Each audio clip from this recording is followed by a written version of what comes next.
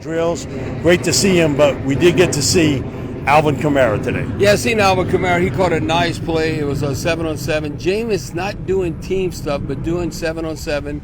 What that is without the lineman. You know, it's really the skill set, defense versus offense.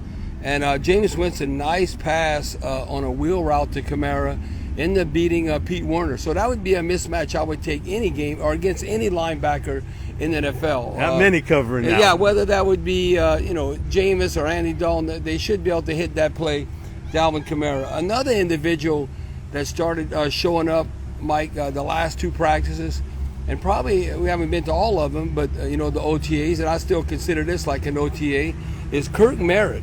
Back to back from Destrehan. Now he last played at Arkansas State. He's with the Dolphins for a little while. Yeah, too. 6'1", 215. So he looks the part. He catches the ball smooth. He looks real fluid with his routes. But the play of the day was a team period. And Andy Dalton to Jarvis Landry. You're always taking a handful of notes what Jarvis has been able to accomplish. That would have been a 50-yard touchdown. He beat Bryce Thompson, who has a great chance to make the team. He was a long shot from Tennessee, ended up being on the practice squad. But I could see Jameis Winston to Jarvis Landry or Andy Dalton to Jarvis Landry. He'll make both quarterbacks look good.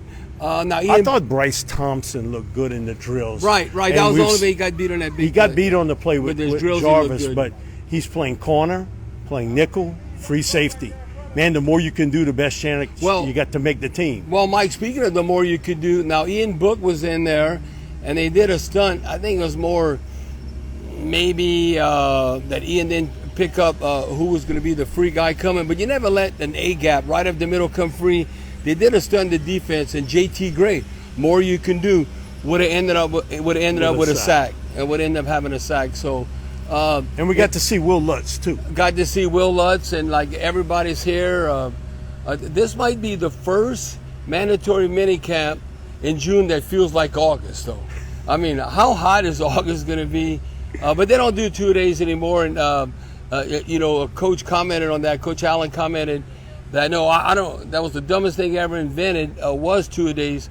But if you reflect back in the history, even going back to the Junction Boys in Texas, the reason why you had 2 days, because no one trained year round. You went to training camp to get in shape. That's why you had, 2 days, because guys had off-season jobs. But those Junction Boys 3 and 4 days. Now it's a little different. But you get out of shape. But that's what training camp 2 days was. Everybody came to training camp was to get them in football shape. But now you train year round. You really don't need 2 days. Bobby Hebert and Mike Detillier will have a lot more on Sports Talk on the Big 870 this afternoon, 4 to 8. Who dat?